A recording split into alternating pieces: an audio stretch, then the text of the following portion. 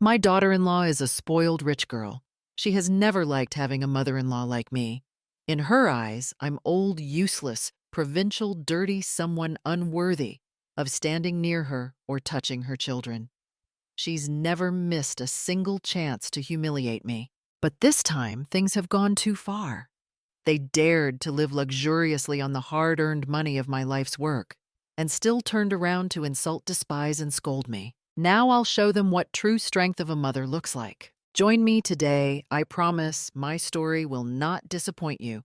Please comment below to let me know where you're watching from. And don't forget to subscribe, like, and share this video, my dear friends. I used to think peace was something you earned after years of chaos. At 63, I finally believed I had found it.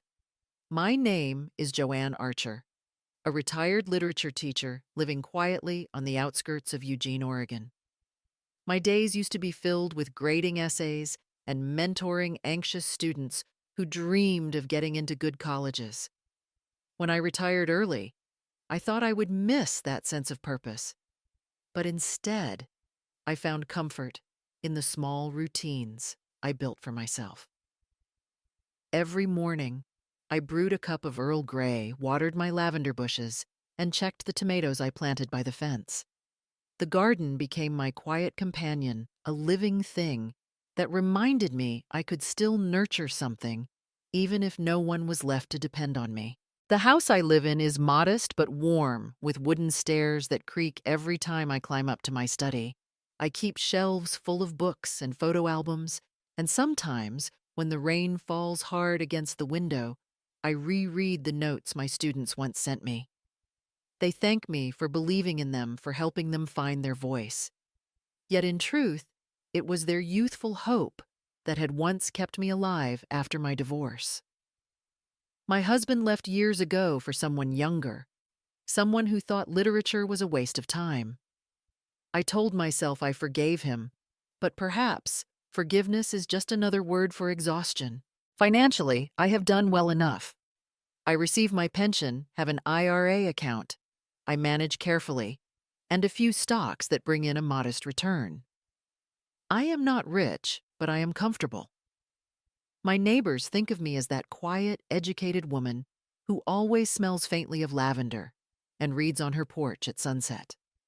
They wave, I smile, and that is the extent of our connection. It is a polite distance I have come to cherish. Yet there are nights when the silence feels heavier than the rain. I sit by the window holding a cup of tea, gone cold, wondering how my son Samuel is doing. He calls less often now, and when he does, his voice sounds rushed, distracted, as if kindness were a luxury he could no longer afford. I tell myself he is busy, that young people have their own lives. Still deep down, I know loneliness is not something you escape with age. It only changes its shape. Samuel came into my life when I was barely 32, and his father had already gone. A civil engineer by trade, my husband packed his bags one morning and left for another state, promising to figure things out. He never did. I remember standing by the window, one hand on my stomach, watching his car disappear down the road. The silence that followed became the background music of my life for years. When Samuel was born, I told myself I didn't need anyone's pity. I would raise him alone, and he would never feel the absence of a father. At least that's what I believed. Life as a single mother was a long test of endurance. I taught literature at the high school during the day and tutored students at night sometimes until my eyes blurred over their essays. I learned to live on little sleep and cheap instant coffee. Every dollar I earned had a purpose: rent, diapers, medical bills, then later school trips and sneakers that he'd outgrow too fast. There were moments I'd wake up before dawn, sitting at the kitchen table, surrounded by open bills, whispering, "We'll be fine," though no one could hear me but the ticking clock. Samuel was a quiet child, thoughtful, and always watching. I loved him fiercely, but also held him to impossible standards. I told myself I was teaching him strength. When he fell, I told him to stand. When he cried, I told him to breathe and try again. I didn't want him to grow up feeling like the world owed him sympathy. I thought I was building resilience. Instead, I was building distance. By the time he turned 15, I could see the subtle resentment behind his silence. He stopped asking me to attend his school events. When I offered advice, he shrugged it off with the kind of politeness that hurts more than anger. Sometimes I'd hear him tell friends on the phone, "Yeah, it's just me and Mom. She's fine, just strict." I knew he loved me, but I also knew I had become a reminder of what he didn't have: a father to blame, a family to compare. He never said it, but I could feel it every time he avoided my eyes. Still, every time I looked at him, all I saw was the reason I kept going. My love for him was both my pride and my prison. I worked, sacrificed, and hardened myself, all for a boy who would one day walk away, not out of hatred, but out of the quiet shame of growing up with too little softness. When Samuel went off to college, I thought my hardest years were finally behind me. I was proud when he got accepted into Oregon State, and I told everyone my boy was going to make something of himself. I paid for everything: tuition, rent, meals, the used car. He insisted he needed to get around campus. He promised to take a part-time job to help, and he did for a few months, stacking shelves at a bookstore. But then the calls started. First about how classes were too demanding, then how the job didn't fit his schedule. I always said yes when he asked for help. It felt natural. After all, what kind of mother would I be if I didn't make sure my son had what he needed? At first, I thought I was simply giving him a foundation, helping him focus on his studies. I didn't notice the small ways dependency crept in: the way he expected me to send money before even asking politely, the tone of annoyance when I asked how he was managing his expenses. He began treating my support like a duty I owed him rather than a gift of love. When the tuition reminders came, I handled them quietly, sometimes dipping into my retirement savings.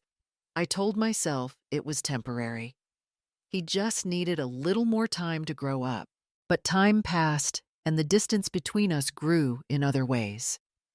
Whenever I tried to ask about his life, he would sigh and say I was meddling. Once, when I suggested he budget his spending, he snapped, "Mom, you always have to control everything." I remember laughing it off, though it stung more than I let on. I thought if he only knew every question came from worry, not control. Yet maybe that was my mistake, confusing care with guidance and guidance with intrusion. Sometimes I would drive up to visit him in Corvallis. I'd stock his fridge, wash his laundry, leave envelopes of cash in his desk drawer. He would hug me out of habit, but not warmth. As I drove home afterward, the joy of seeing him would fade into a quiet ache. I kept telling myself this was just a phase, that one day he'd understand. Mothers often live on that fragile hope that love, no matter how misunderstood, will one day be recognized for what it truly is. Marilyn Foster came into Samuel's life like a bright flare, dazzling and impossible to ignore. She was everything my son had once mocked, in others polished, confident, and obsessed with appearances. They met at a business seminar in Portland, and by the time he introduced her to me, I could already tell he was smitten. Marilyn was the daughter of a wealthy family from California, working in advertising, with that effortless poise that people develop when they've never had to worry about the price of anything. She smiled sweetly, complimented my garden, and called me Mrs. Archer, in a tone so refined it almost sounded rehearsed. I wanted to like her. I truly did. I thought maybe this woman would bring stability to my son's restless heart. At first, everything seemed perfect. Samuel sounded happier than he had in years. He started talking about his career goals, his plans for the future, and how Marilyn inspired him to be better. I wanted to believe that was a good thing. I told my friends my son finally found a woman who challenged him, who made him dream bigger. But slowly, something shifted. The more time he spent with Marilyn, the less of himself remained. When they visited for dinner, Marilyn would correct the way Samuel spoke, or teased him for using simple expressions. She would laugh lightly and say, "Oh, Sam, in my family, we'd never say it that way." Or, "In my family, we always dress properly for dinner." Those words my family began to carry weight. Each time she said them, I saw Samuel's shoulders stiffen, as if he was being measured against a standard he could never quite reach. He began dressing in expensive suits, wearing watches that gleamed under the kitchen light. One day, he arrived in a new car, something sleek and imported, bought on credit. When I asked if it was wise, he said, "Mom, you wouldn't understand. It's part of the image." That word image frightened me more than debt ever could. I watched my son vanish piece by piece, replaced by someone who spoke in rehearsed tones and worried about impressions. The boy who once laughed barefoot in the garden now looked at my lavender patch as though it were something quaint and outdated. One evening after they left, I stood by the window watching their taillights disappear and whispered to myself, "He's trying to become someone else, just to fit into her world." Deep down, I knew love built on pretense always demands a price. The night before Samuel's wedding, he came home looking uneasy, the kind of restlessness I hadn't seen since he was a boy. We sat in the kitchen, the same table where I used to help him with his homework, and he spoke softly, almost ashamed. He said Marilyn wanted them to have a house in both their names. Otherwise, her parents would think he lacked stability, that he wasn't on their level. I remember staring at him, the words echoing in my head like a quiet accusation. For a long time, I said nothing. I only nodded, pretending to understand, while a part of me whispered that love should never need to prove itself with deeds of ownership. That night, I couldn't sleep. I kept turning over in bed, counting all the years of saving and sacrificing, the late nights, the tutoring, the skipped vacations, the quiet loneliness that built those savings brick by brick. By dawn, my decision was made. I sold a small piece of inherited land and withdrew a portion of my retirement fund. When the house was purchased, I kept it under my name, at least for the time being. I told myself it was just a start, a gesture of love. I wanted him to walk into married life with dignity, to feel that he belonged somewhere. It was a foolish kind of pride, the pride of a mother who believes she can buy her child's happiness. A few weeks later, Marilyn suggested that the car should also be registered under Samuel's name. "It looks better," she said, smiling politely, "for a man to match his wife's lifestyle." I didn't argue. I agreed almost automatically, convincing myself that I was simply supporting my son's success. I told my friends how proud I was that Samuel had grown into a man with taste and ambition. But somewhere deep down, I knew what I was really feeding wasn't his confidence, it was their illusion. The wedding was elegant, shimmering with champagne and silk. I sat at my table watching them dance, surrounded by people who spoke too loudly about money and too softly about love. Then I heard Marilyn's mother say, her voice sweet but sharp, "That house is lovely, though perhaps a bit small for my daughter's standards." The guests laughed. I smiled politely, though my chest tightened until I could barely breathe. In that moment, I realized something bitter and irreversible. I had stepped too far back, giving away pieces of myself in the name of love that no one else even noticed. After the wedding, the house that once felt like a gift of love turned into a quiet border between us. Samuel and Marilyn moved in, calling it their first real home, yet weeks passed without a single visit or phone call. When I called, they were always busy with work or traveling for meetings. I told myself it was normal that young couples needed space. But the silence began to stretch like a wall, one that I could neither climb nor break. During holidays, Marilyn would send a message, polite and cold, inviting me to their dinners for formality's sake. I always went, bringing a homemade pie or a bouquet from my garden, hoping those small gestures could still mean something. But the moment I stepped into the house, I knew my presence was tolerated, not welcomed. Marilyn would greet me with a quick smile, her perfume sharp and expensive, her eyes already looking past me. At the table, she sat at the far end across from me, her posture perfect, her tone too smooth. Every word felt measured, rehearsed. People your age usually enjoy traveling, she once said lightly, glancing at my hands. It must be tiring to still do all that gardening. Her voice was sweet, but the meaning underneath stung like vinegar. I smiled, pretending not to notice. I even laughed softly, saying something about how plants were good company. But inside, I felt small, smaller than I'd ever been in my own son's presence. The dinners were full of polite laughter and invisible knives. Marilyn's mother sometimes joined, offering advice about how older women should spend their time. Samuel would sit quietly, his eyes fixed on his plate, pretending not to hear. That silence was worse than any insult. When I looked at him, the boy I once raised with everything I had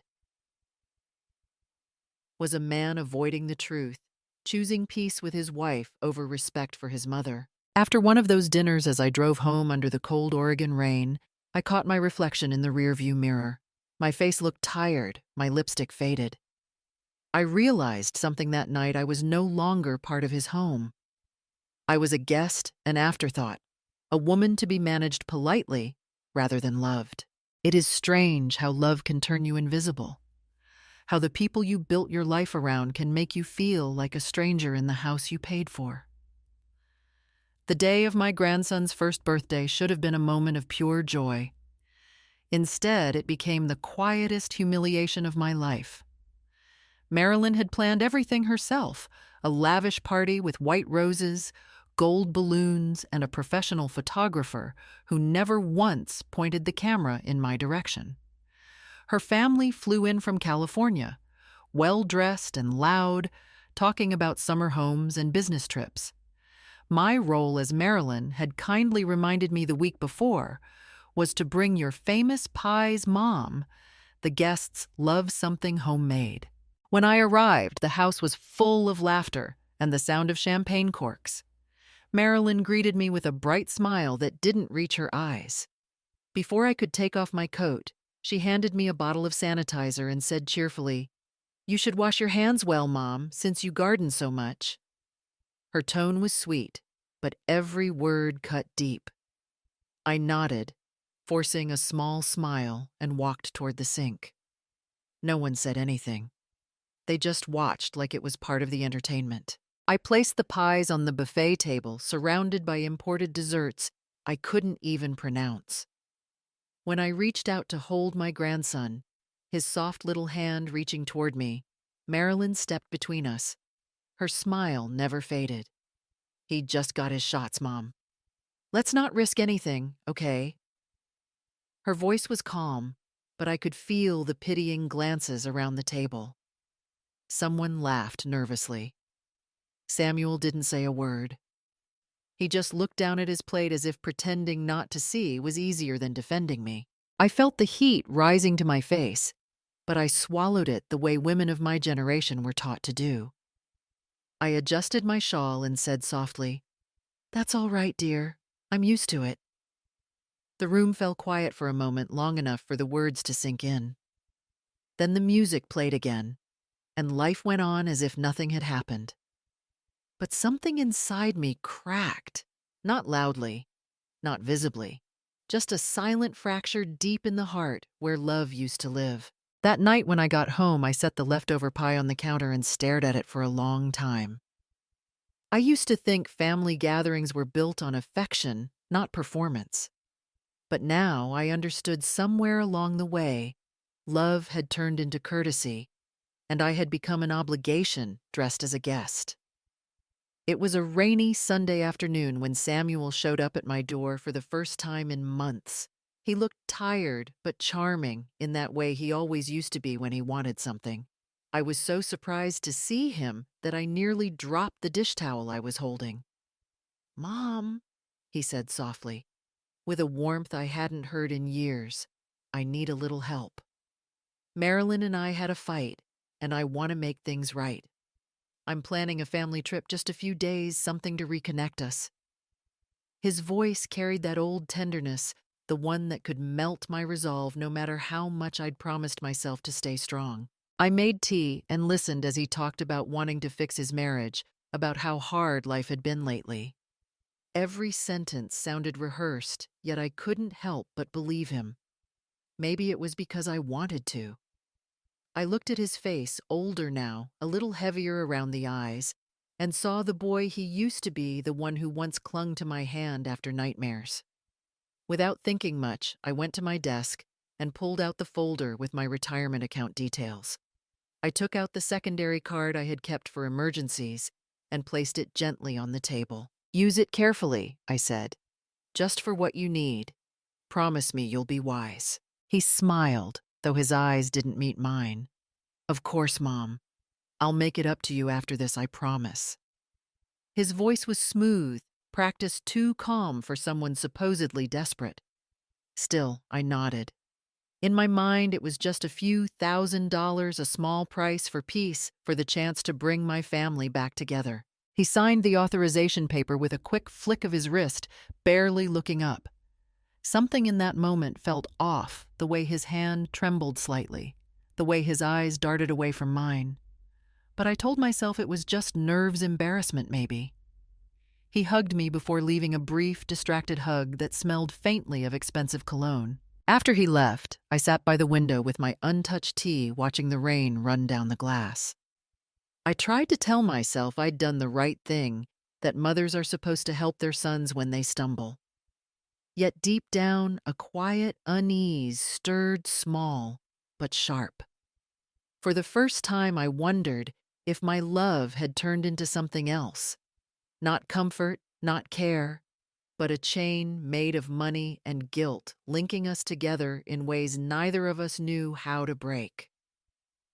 A week later, I was making breakfast when my phone buzzed with a new email from the bank. I almost ignored it, thinking it was another monthly update, until the subject line caught my eye. "Transaction confirmation." I opened it slowly, my hands trembling slightly. There it was, a list of recent charges from the supplementary card I had given Samuel. First-class flight tickets to Maui, a 5-star resort reservation, a dinner bill totaling $1,200. My eyes moved down the screen, each line like a cold reminder of how easily trust can be spent. At first, I thought it must have been a mistake. Maybe the bank mixed up accounts. Maybe Samuel booked something for work. But the longer I stared, the smaller those maybes became. Finally, I dialed his number. He picked up quickly, his voice unusually cheerful. "Mom, don't worry," he said before I could speak. "Everything's planned. You just need to bring your passport, all right? It's a family trip, a surprise." A family trip. The words hung in the air like perfume that doesn't quite mask the smell underneath. I asked carefully, "Samuel, who else is going?" There was a short pause, just long enough for truth to gather dust. "Marilyn's family will join us," he said, his tone light but distant. "But don't worry, Mom, you're still our guest of honor." Guest of honor. I smiled faintly at that phrase, the irony too sharp to swallow. I could almost picture it, me sitting at a long table by the beach, surrounded by her polished relatives, smiling politely while the champagne poured, pretending not to notice whose card had paid for the view. After the call ended, I opened my laptop again and stared at the balance. The number blinked back at me, smaller than it used to be. I thought of the nights I'd stayed up grading papers, the years of extra tutoring, the meals I'd skipped to save a little more for retirement. And now, all of that, the quiet sacrifices, the careful planning, was buying me a seat at a table where I no longer truly belonged. I sat there for a long time, the kitchen clock ticking in the background. Outside, the lavender in my garden swayed gently in the wind, untouched, unbothered, free. I whispered to no one.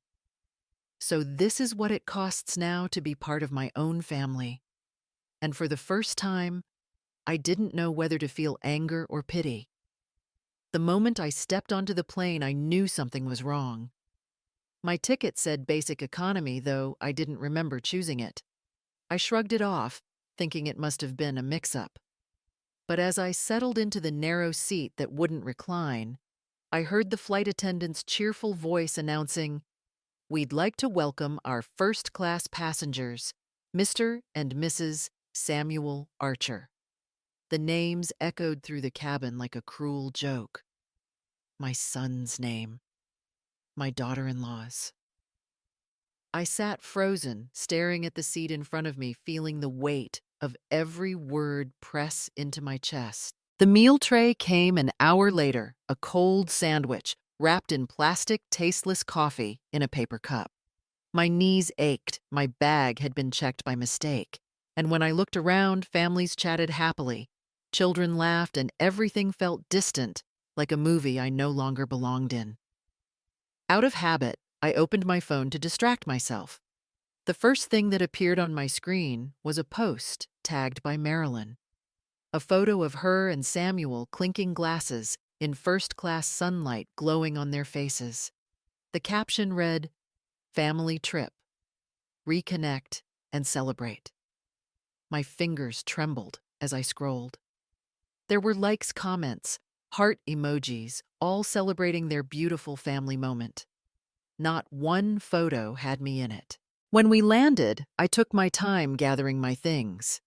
The aisle was crowded, people rushing to get off, and I didn't want to push. By the time I reached the terminal, Samuel was waiting with a frown. "Mom, you're so slow. Everyone's been waiting for half an hour." He snapped, his voice sharp enough to draw a few stares. Before I could answer, Marilyn placed a hand on his arm and said sweetly, "Don't be upset, darling. We tried to book tickets that fit everyone's class. It's just logistics." Her smile was thin, her eyes avoiding mine. For a second, I almost laughed. The absurdity of it all. I had paid for this entire trip, and yet, somehow, I was the one sitting in the back, the one being scolded for not keeping up. I looked at them, two polished strangers I once called family, and something inside me shifted. It wasn't anger. It wasn't even sadness. It was clarity, cold and steady. I smiled, a calm, detached smile that surprised even me. It was the smile of someone who had finally stopped begging to belong. That was the moment I knew this would be the last time anyone spent my money to humiliate me. The last time love would cost me my dignity. During the layover, I sat alone by the airport window, watching the planes take off one after another. The terminal smelled of coffee and recycled air, and for a moment I tried to convince myself that everything was fine, that maybe I was overreacting. To pass the time, I opened my email. The Wi-Fi was slow, and the messages loaded one by one until a new notification popped up from the bank. E-statement supplementary card transactions. My heart gave a small, tired jolt. I clicked on it. The first line read, "Hawaii Resort Ocean View, $12,450 USD. I blinked, certain I had misread. $12,450.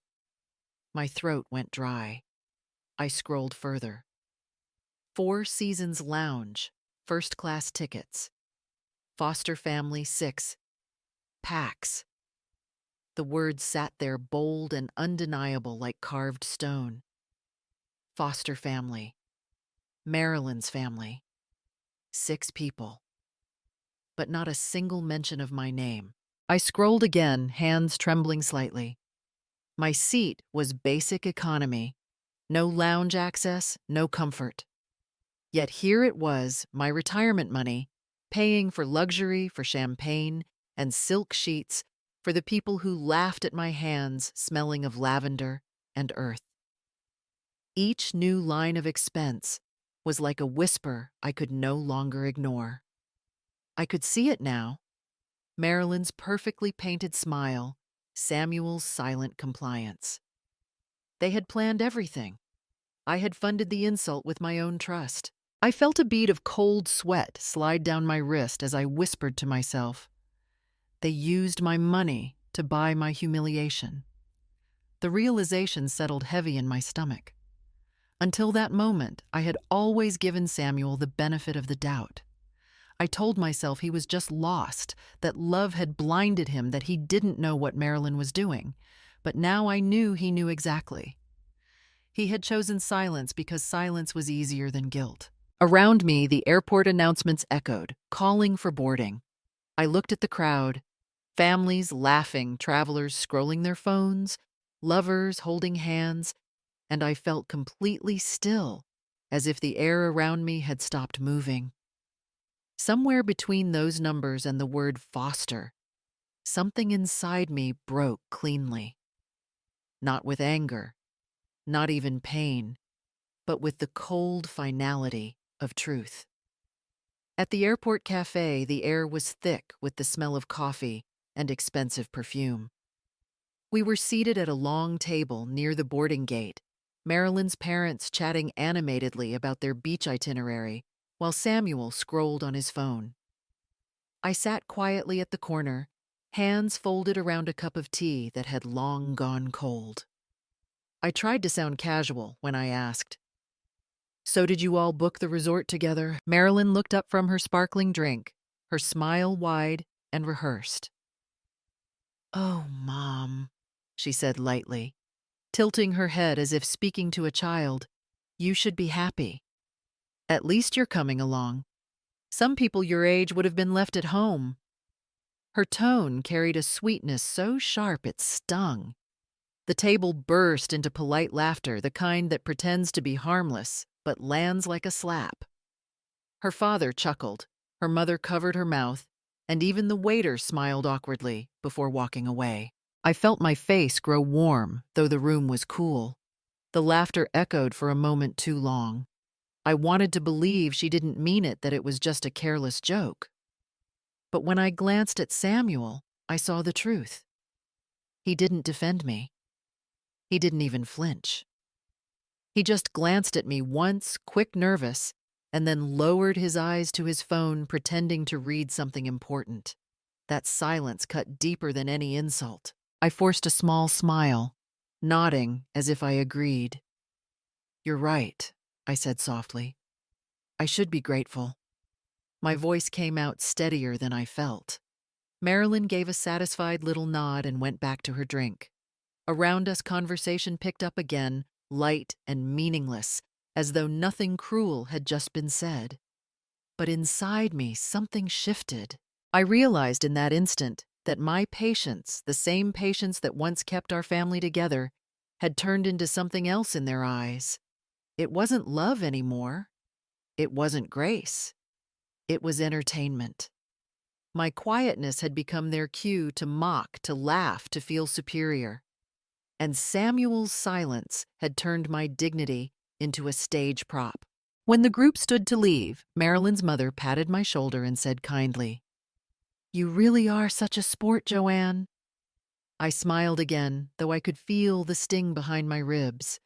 That moment, I knew kindness without respect only invites cruelty.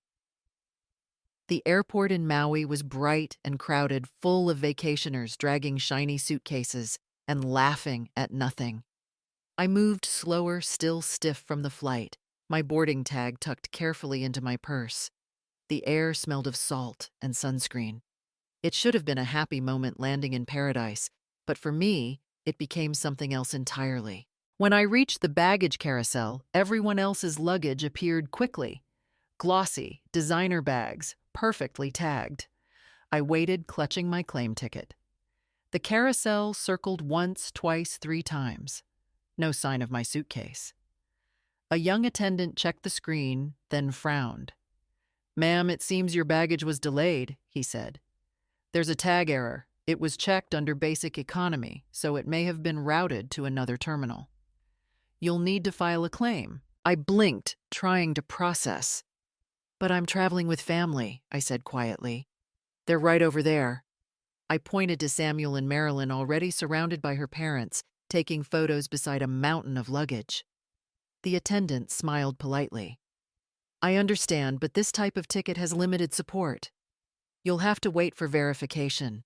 I called Samuel, He didn't pick up. I tried again. This time a message appeared. "Mom, handle it yourself. I can't do anything." The words were flat-clipped, efficient, like instructions to a stranger. My hands went cold. I looked toward him. He was laughing now, arm around Marilyn, posing for her camera. Out of habit, I opened Instagram. The first post on my feed stopped me cold, a photo of them at the arrival gate, drinks already in hand with the caption, "Finally, family peace." I stared at it until the letters blurred. Family peace while I stood alone waiting for a lost bag, the one I'd packed with my own money for a trip I had paid for. The carousel stopped moving. People collected their things and left the crowd thinning until only a few of us remained.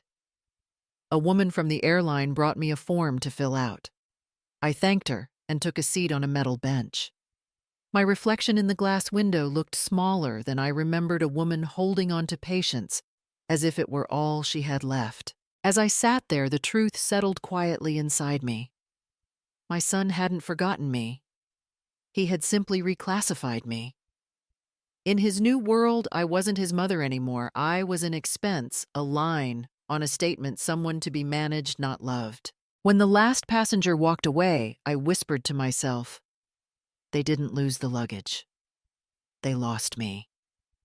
By the time I arrived at the resort, the sky was already deep orange, fading into a night scattered with gold lights.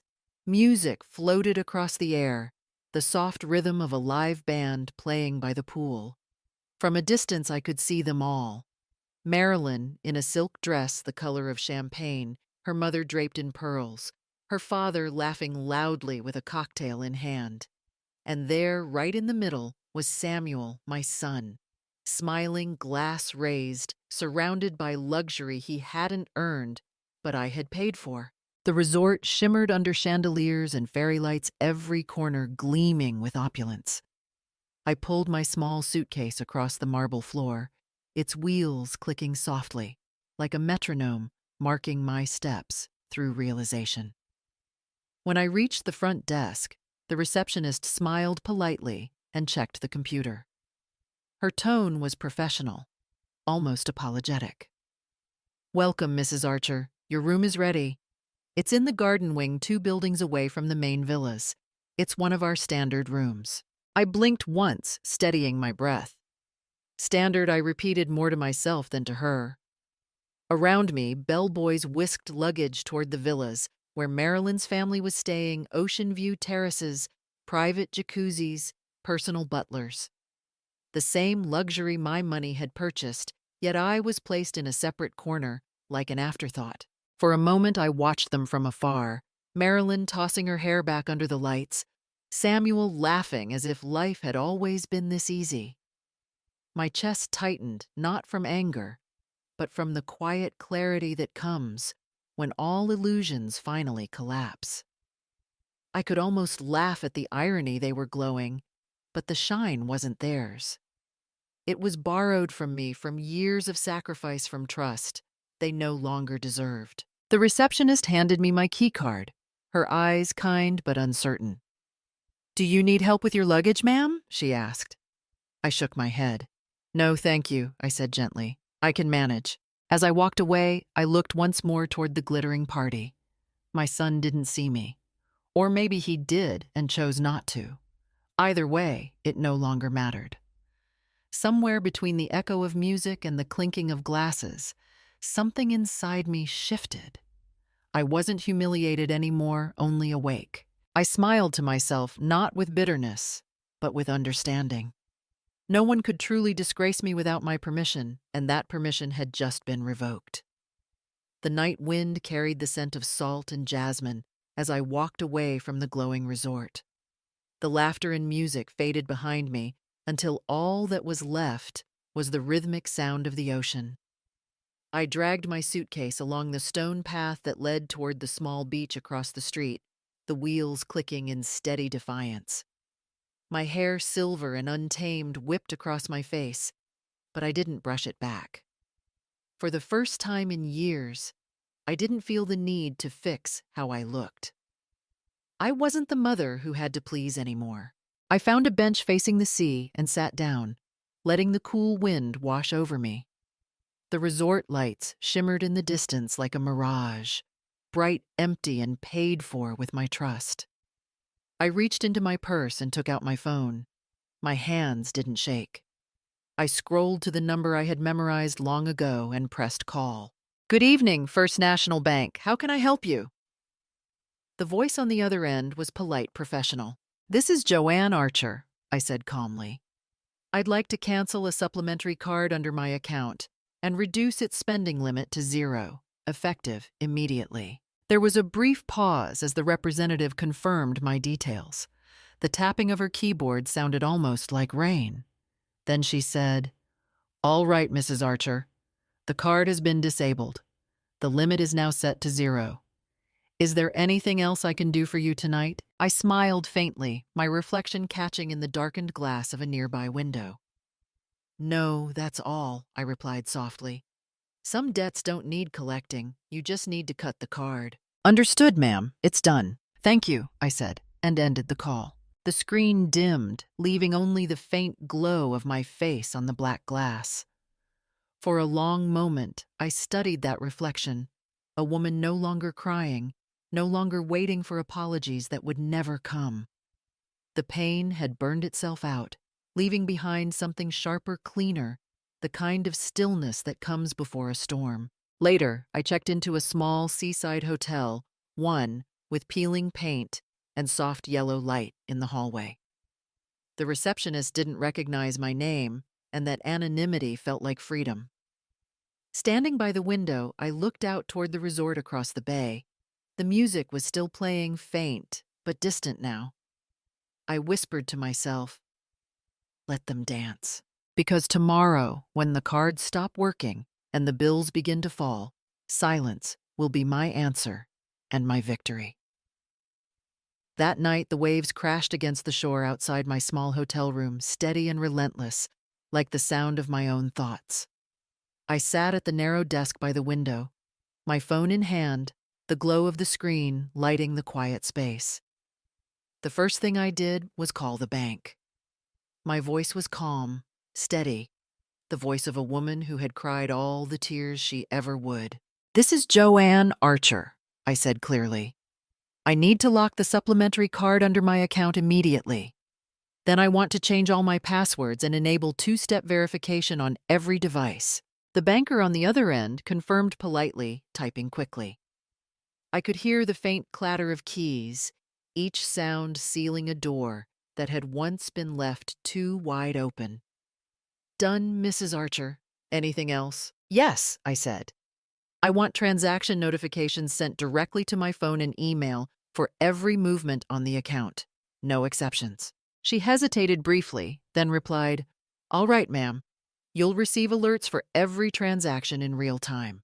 When the call ended, I exhaled slowly and opened my laptop.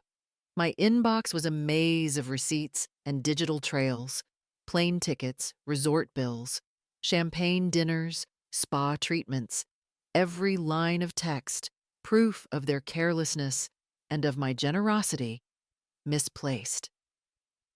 I began to print each document, sliding the warm pages into a folder with deliberate precision. Then I took out an old leather-bound notebook, the one I used to record my students' grades when I still taught. On the first blank page I wrote, "Every dollar tells a story." Then one by one I began listing. Maui trip resort charges, $12,450. Dinner for 6. Four Seasons Lounge, $1,200. Jewelry boutique purchased under Samuel's card, $2,800. Gas groceries, unexplained transfers small, but constant. Next to each entry, I wrote a single word, "Who?" Because this wasn't about revenge, not yet. It was about truth, tracking who took who, spent who, lied. I wasn't a victim anymore. I was an accountant again, and numbers never lied. When I finished, I closed the notebook and placed it beside the stack of printed papers. The room was quiet, except for the waves and the faint hum of the air conditioner. I whispered to myself, "Protect the money first. Talk later." Never argue when angry. It wasn't bitterness that kept me awake that night. It was focus. The kind of focus that comes when a woman stops waiting to be respected and starts preparing to be feared. The next morning, I called Lucas Harrington. He was one of my former students, the kind who always stayed after class to argue about ethics and justice until the janitor turned off the lights. Now he was a lawyer with his own small firm downtown. When he picked up the phone, his voice was warm but professional. "Mrs. Archer," he said, "it's been too long. How can I help you?" By noon, I was sitting across from him in his office, a quiet space lined with bookshelves and sunlight pouring through the blinds. It smelled faintly of paper and coffee. Lucas listened as I began to speak, my voice steady but low. I told him everything.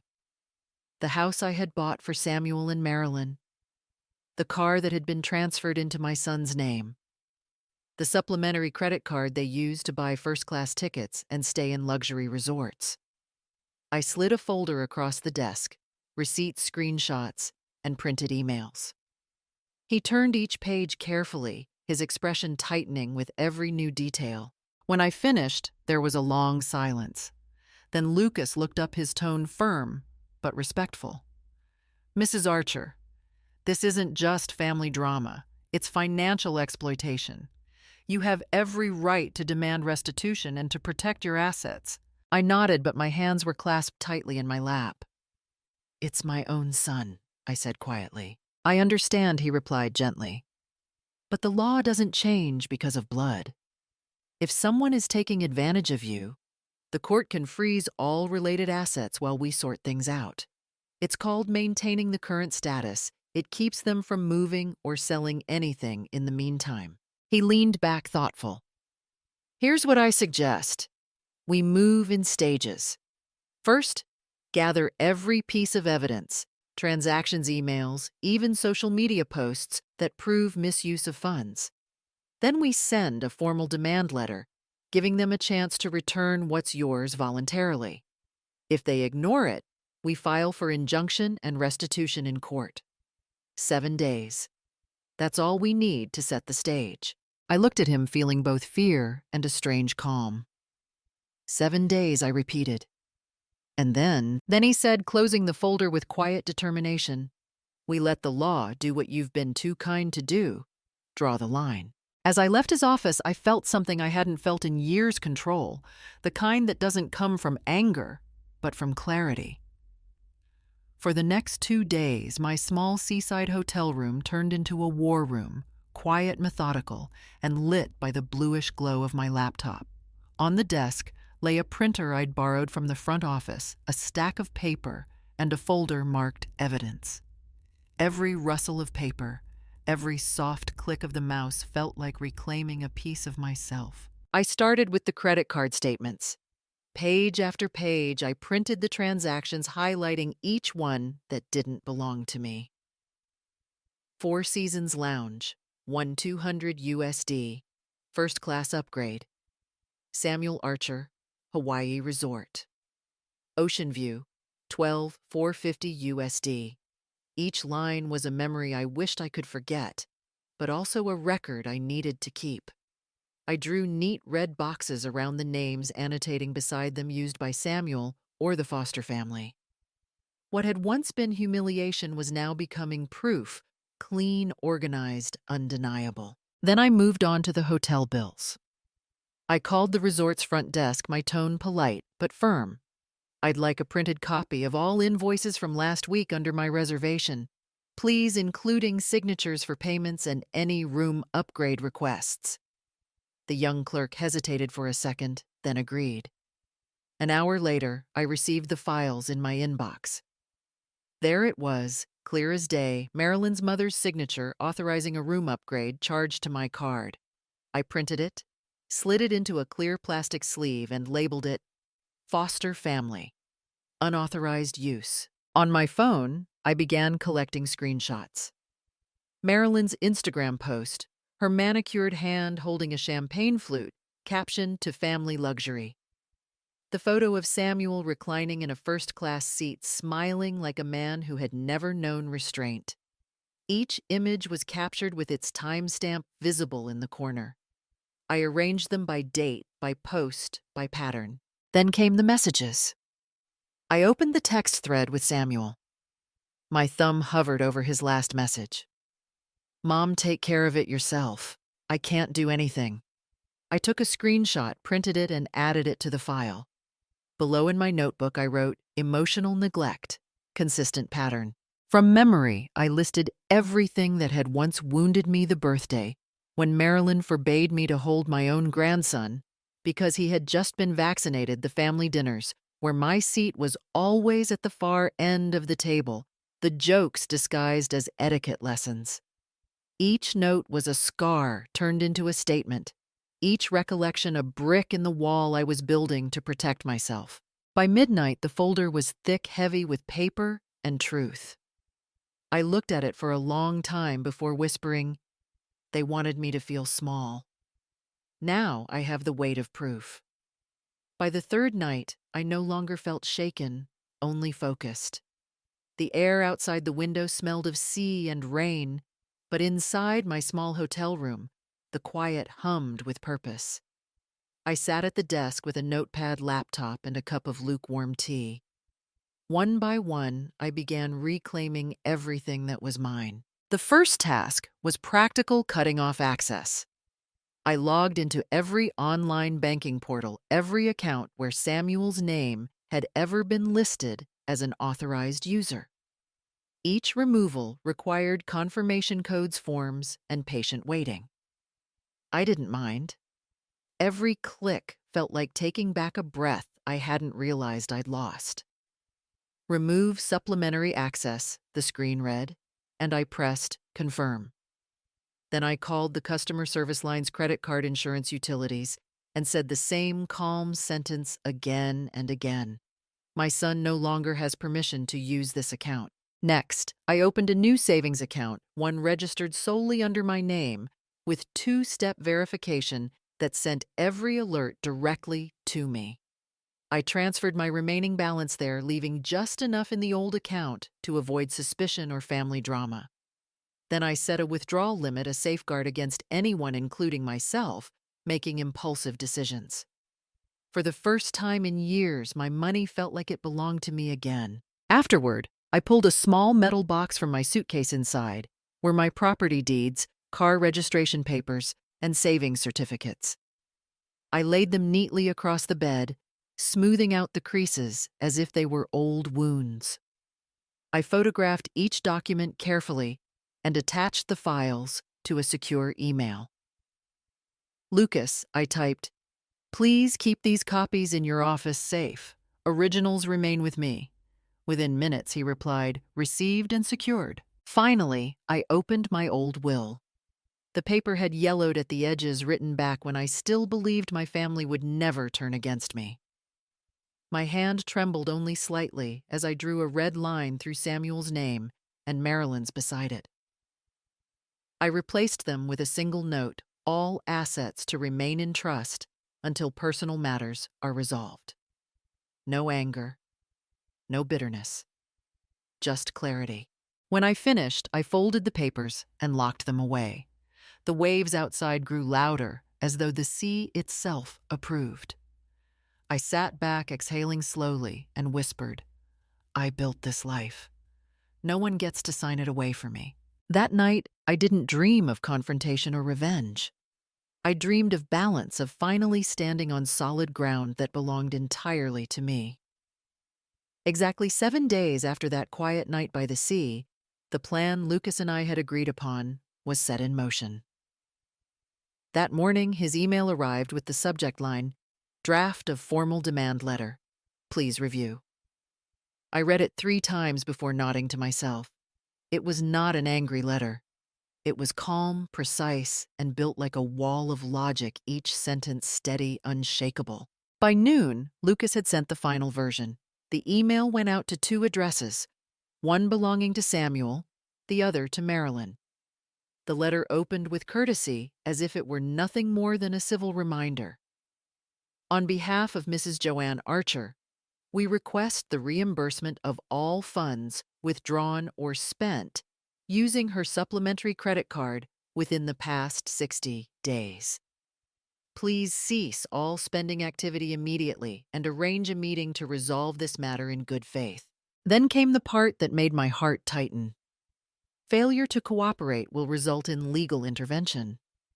During the review process, you are not permitted to sell, transfer, or otherwise modify ownership of any jointly held property, vehicles, or accounts.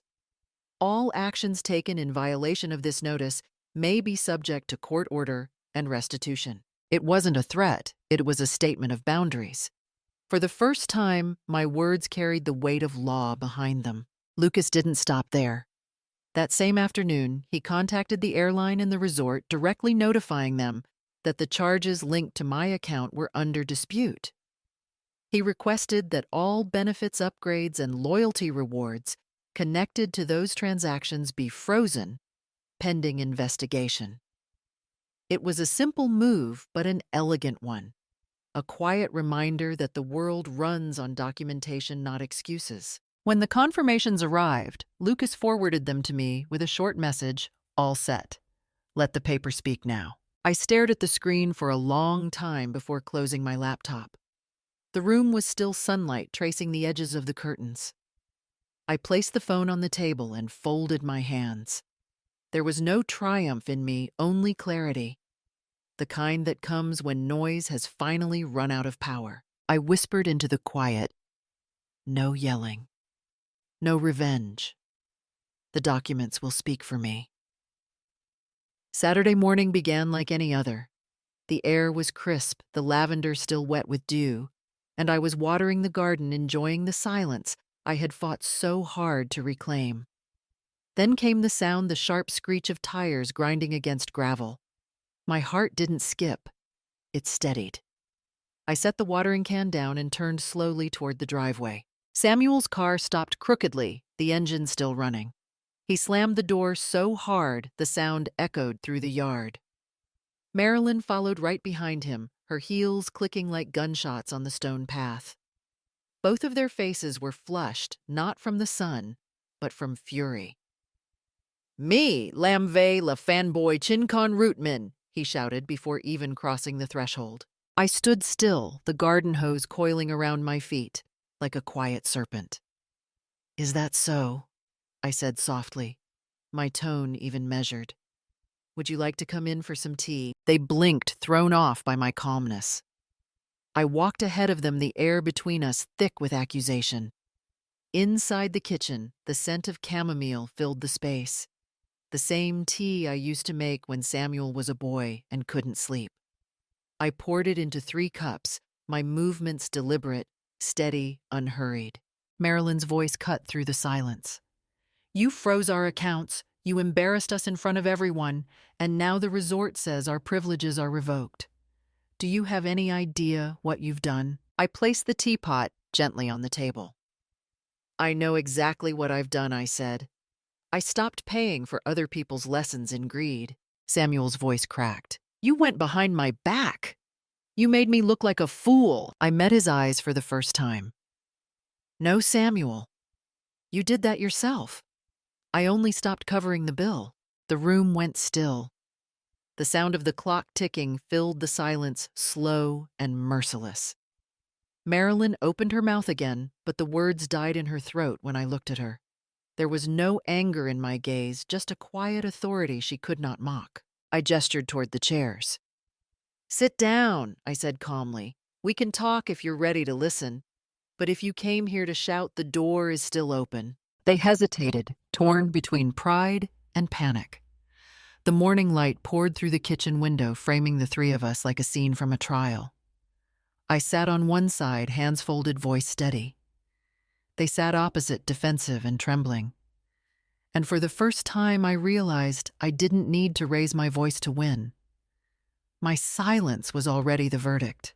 Samuel was the first to speak, his voice trembling between defiance and guilt. "Mom, you misunderstood," he said, his tone soft but shaky. "I only used your card temporarily. It wasn't like that. I was going to pay it back once things settled down. I didn't answer right away.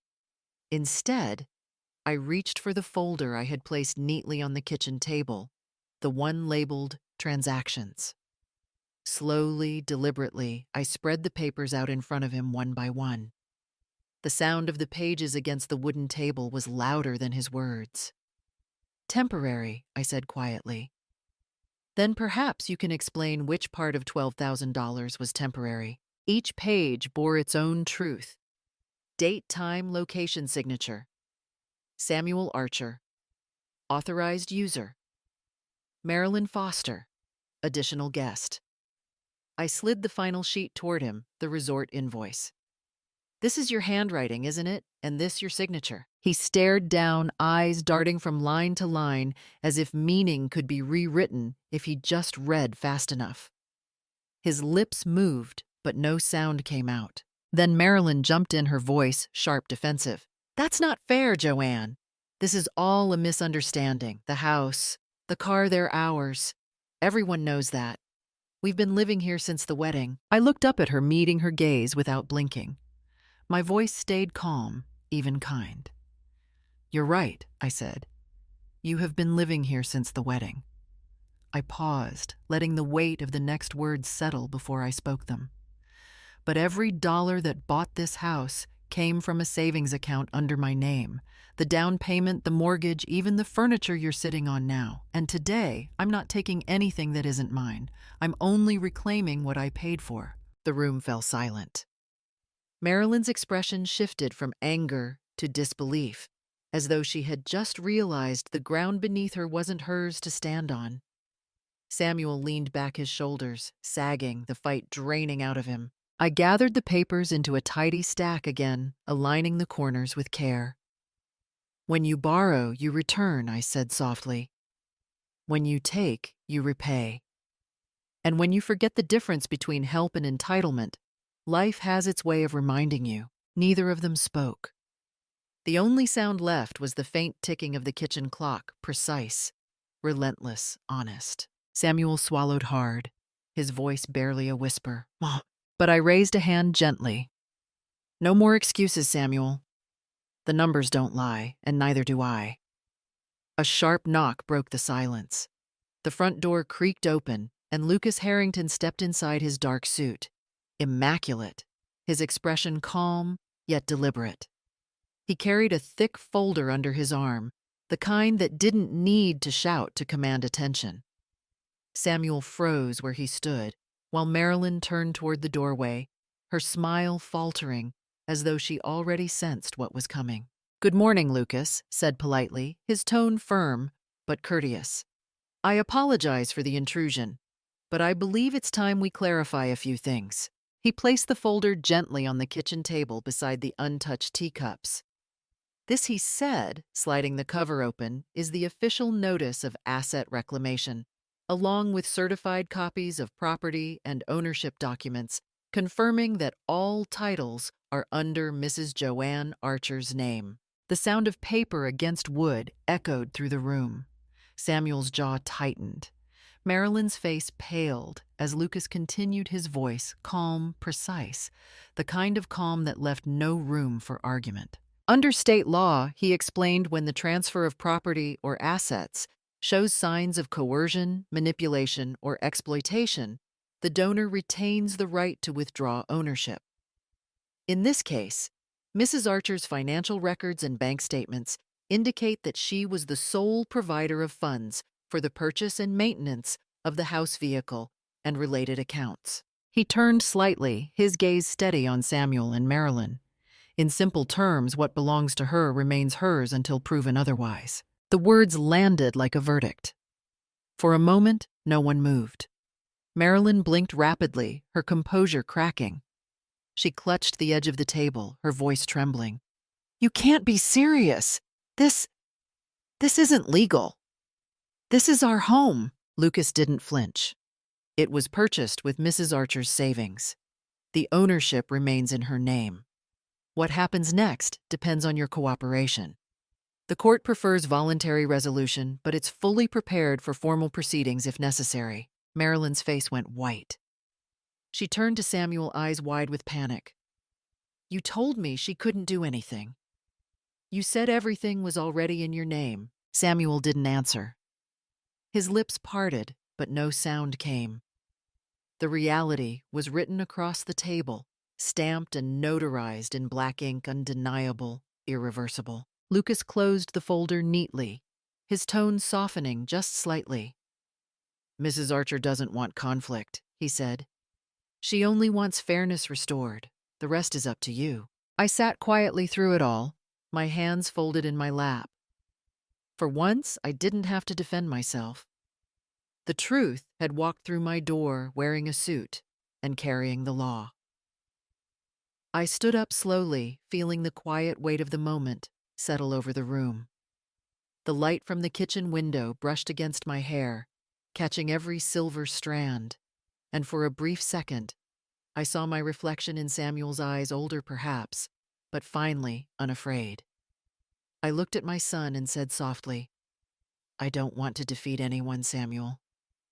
But I have to protect myself because I've been silent for far too long.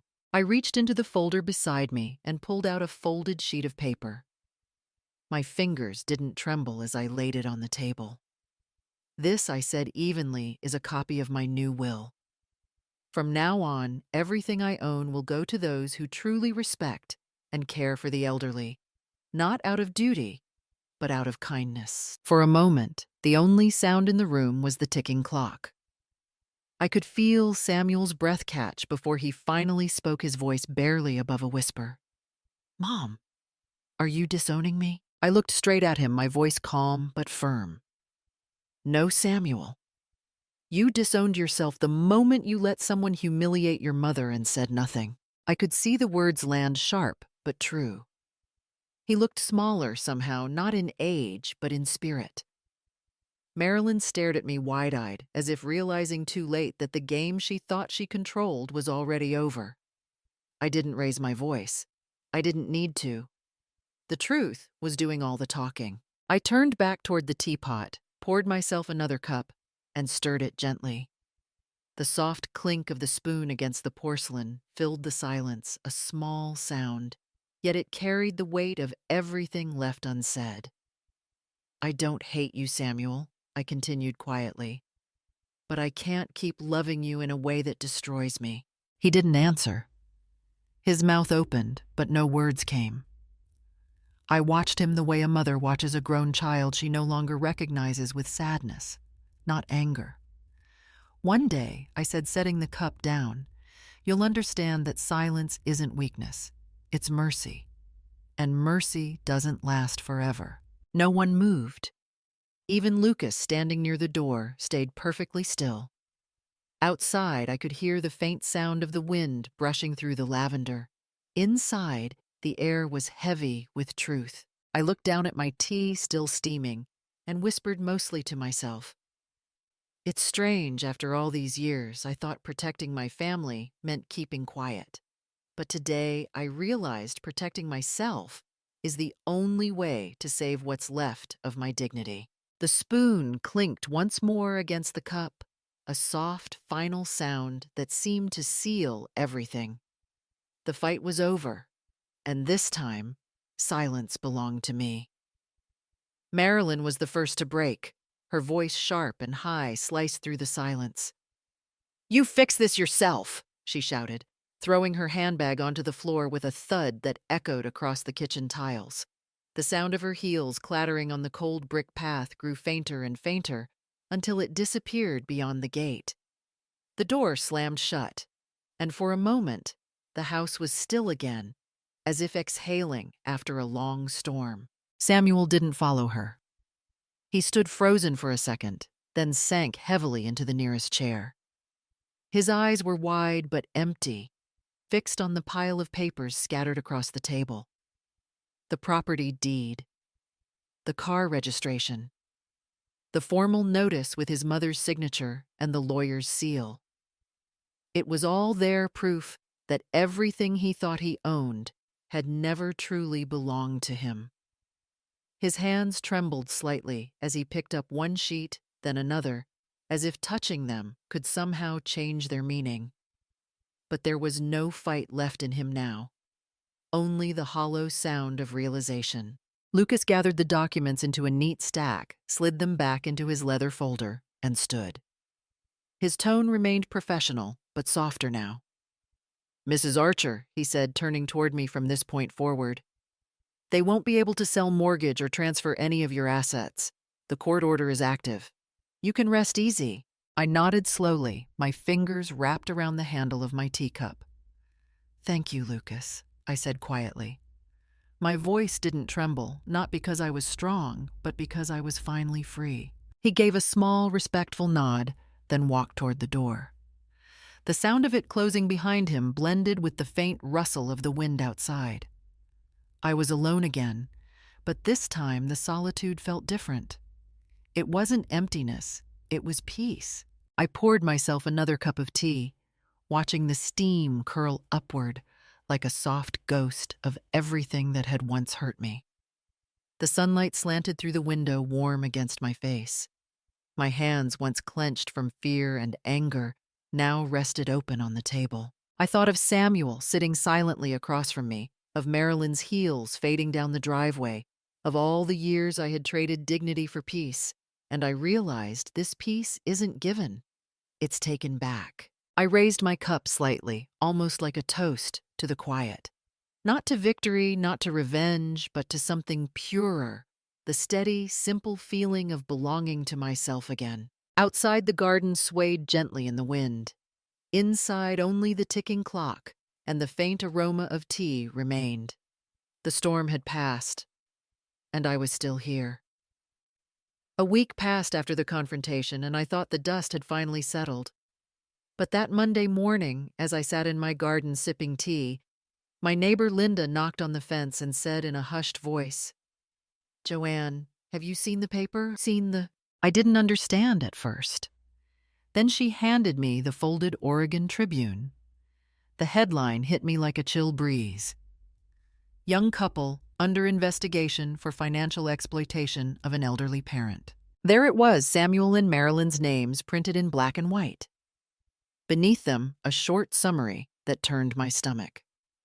Sources confirm the investigation involves unauthorized use of family funds and misuse of a senior citizen's assets. I didn't need to read more. By noon, the article had spread everywhere, Facebook groups, local forums, even the neighborhood newsletter. I tried not to look, but the notifications kept popping up. One comment read, "Shameful who treats their own mother like this." Another said, "Imagine stealing from the person who raised you." There were hundreds like it, each one sharper than the last. Then came the pictures.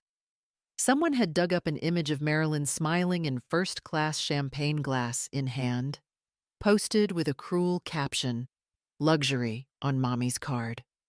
The photo went viral in the small Oregon community like a wildfire on dry grass. By evening, my phone was buzzing nonstop. Friends, former colleagues, even parents of Samuel's old classmates sent messages, some offering sympathy, others too shocked for words. I didn't reply. I simply turned the phone face down and let silence do what it does best, tell its own truth. The next day, Linda told me Marilyn's company had placed her on leave pending internal review. Samuel's workplace wasn't kinder. His supervisor, a man I'd met once at a company picnic, reportedly told staff, "We don't tolerate people who abuse family trust." By midweek, my son was being avoided by co-workers like someone carrying a contagious disease. I didn't rejoice. There was no triumph in watching karma do its work, only a quiet ache mixed with the faint sense of inevitability. Life, I thought, has its own way of evening things out, and when it does, no one can stop it. That night, I folded the newspaper and placed it in my drawer, not as proof of victory, but as a reminder. Justice doesn't always come from courts or lawyers. Sometimes it arrives quietly, through cold headlines, and the truth people can no longer hide. The fall came faster than anyone expected. 3 days after the article went viral, Marilyn received a formal email from her company. The subject line was as clean and cold as the words inside it. termination of employment. Brand reputation clause.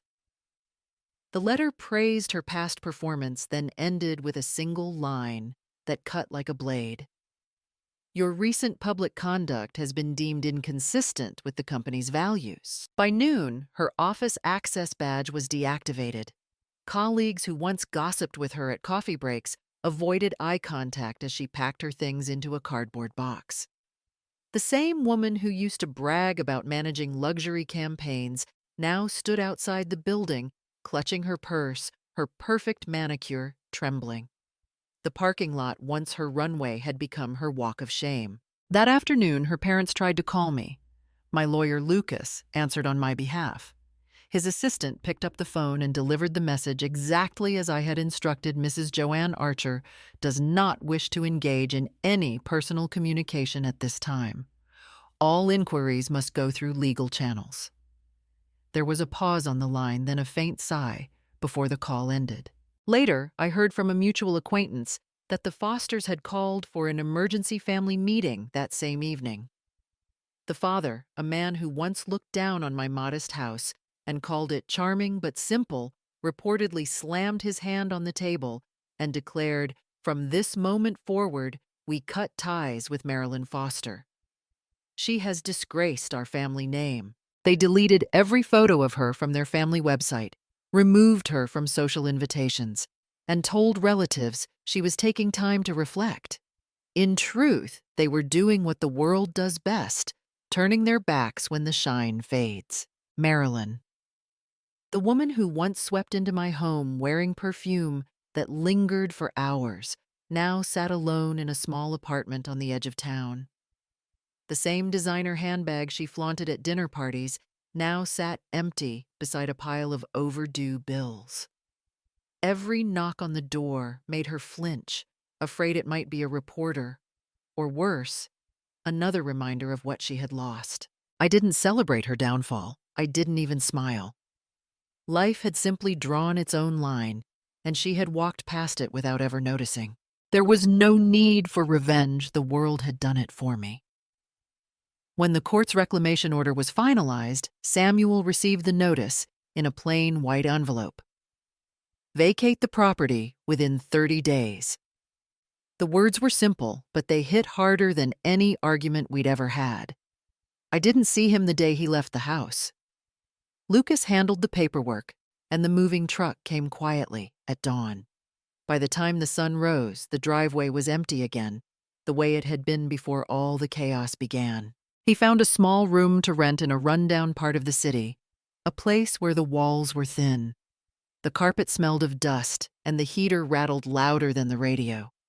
It was the first time in his life he had to pay for everything himself: rent, electricity, water, groceries. He used to call those things small details. Now they ruled his every morning. Each dawn, he woke up to the sound of trucks outside, pulled on the same faded jeans, and walked 10 blocks to a local auto garage where he'd managed to find temporary work. The man who once drank fine wine at family dinners now spent his days hunched over engines, the scent of gasoline and metal following him home. His hands, the same hands that used to swipe credit cards without hesitation, were now cracked, darkened by oil and labor. The first few weeks he tried to call me. I didn't answer. Not out of cruelty, but because some silences are necessary for lessons to take root. I knew that pain would be his only teacher now, and that it was doing its work far better than I ever could. He stopped trying after a while. Instead, he spent his evenings alone in that tiny room, sitting by the window, where the city lights bled through the blinds. On the nightstand sat an old photo, the two of us standing in front of the lavender garden, both smiling, both unaware of what time would take from us. Sometimes when I think of him, I imagine what he whispers to that picture. Maybe something like what I once wished he'd say out loud. And in my mind, I hear it clearly: if only I had kept a little dignity before I made my mother lose her trust. It isn't anger that fills me when I think of him now, only a quiet kind of grief.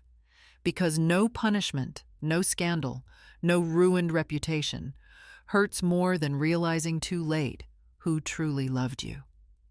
After all the legal work was done, I didn't feel triumphant, nor did I feel angry.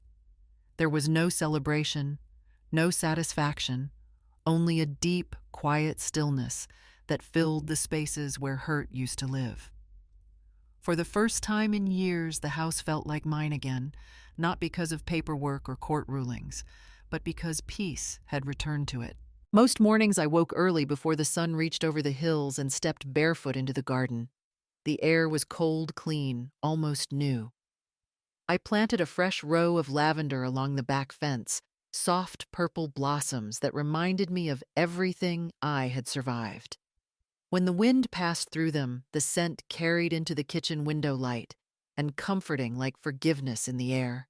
The neighbors often waved as they walked by.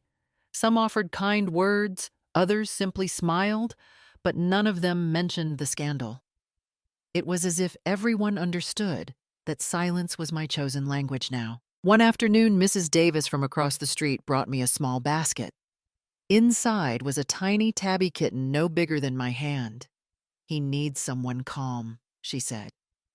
I laughed quietly. Calm was all I had left to give. I named him Oliver. He followed me everywhere, into the garden, to the porch, even to the old reading chair by the window.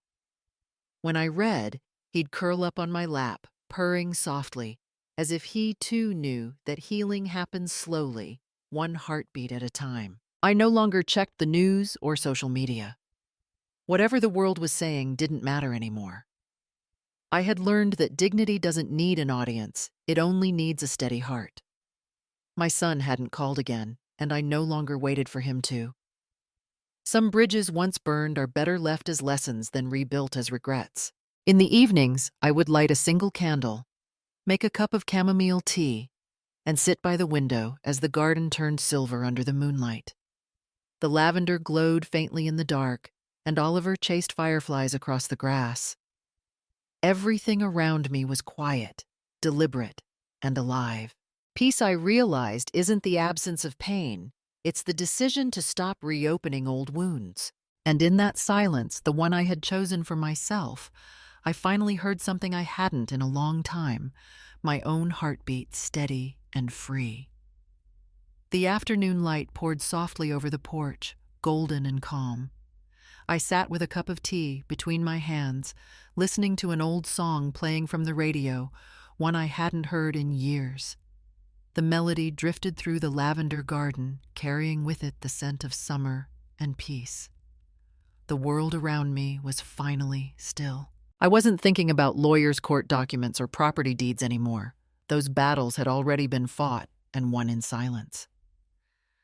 What stayed with me was something simpler, the quiet knowledge that I had reclaimed not just my home, but my dignity. A car pulled into the driveway, its tires crunching lightly over the gravel. Lucas stepped out, holding a small bouquet of roses wrapped in brown paper. "I thought your garden might like some new company," he said with a smile. I laughed softly. "You're feeding my addiction, Lucas. The lavender will get jealous." He handed me the flowers and sat down across from me. For a moment, neither of us spoke. The wind brushed through the porch, gentle and kind. Then he said, "You did the right thing, Joanne. Most people never find the courage to stand up for themselves, especially against family. But you did." I looked at the roses, their petals trembling slightly in the breeze. "Justice," I said slowly, "doesn't always need courts or noise. Sometimes it begins the moment we stop letting others step on us." Lucas nodded, and there was a warmth in his eyes that words couldn't describe. He stayed for tea, and we spoke of ordinary things, the weather, the garden, the little tabby cat that now ruled my house like a king. The conversation wasn't about the past.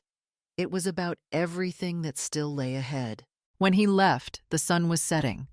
The sky turned amber, and the radio played a soft, instrumental piece. I leaned back in my chair, feeling the breeze touch my skin. There was no revenge left in me, no anger, only the quiet satisfaction of someone who had finally learned the difference between fighting and freeing oneself. As I watched the horizon fade into twilight, I whispered, "Justice doesn't shout. It whispers through the choices we make. And to anyone listening, I would say this: if you've ever been hurt, silenced, or made to feel small in your own home, share your story.